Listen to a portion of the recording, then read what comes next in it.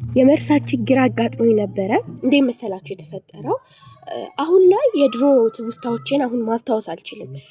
ታሪኩን ስጀምረው ቫይሊ ሊበጣ ስለሚችል ሶፍት ቪዛ ይከፋ እና እንዴት መሰላችሁ የተፈጠረው?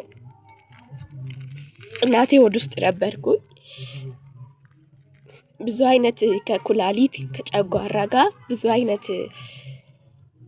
ብዙ ትውስታ ነበረኝ እና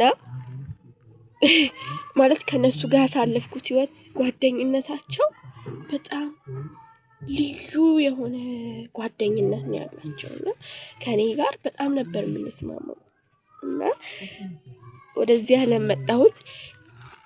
በሚመጣ ሰዓት ግን ትውስታዬን ሙሉ ረሳሁኝ። ምን እንዳደረጉብኝ አላውቅም። ሙሉ ትውስታዬ ጠፋ። ከጨጓራ ጋር ያሳለፍኩት ቤተሰቦቼ በጣም ብዙ ጫና ነው ያደረሱብኝ። ለ3 አመት ያህል ቤት አስቀምጠውኛል። ትምህርት ቤት የሚባል ነገር ሳልሄድ 3 አመት እድሜን በሉብኝ።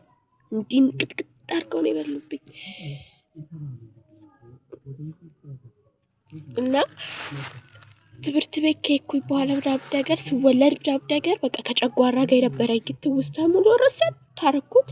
ከዛን ከረሳሁት በኋላ ጭራሽ ደግሞ ድጋሚ ትምህርት ቤት ላኩኝ መሰለኝ። እኔም ተነግሮኝ ነው እናቴ ነግራኝ ነውና ማለት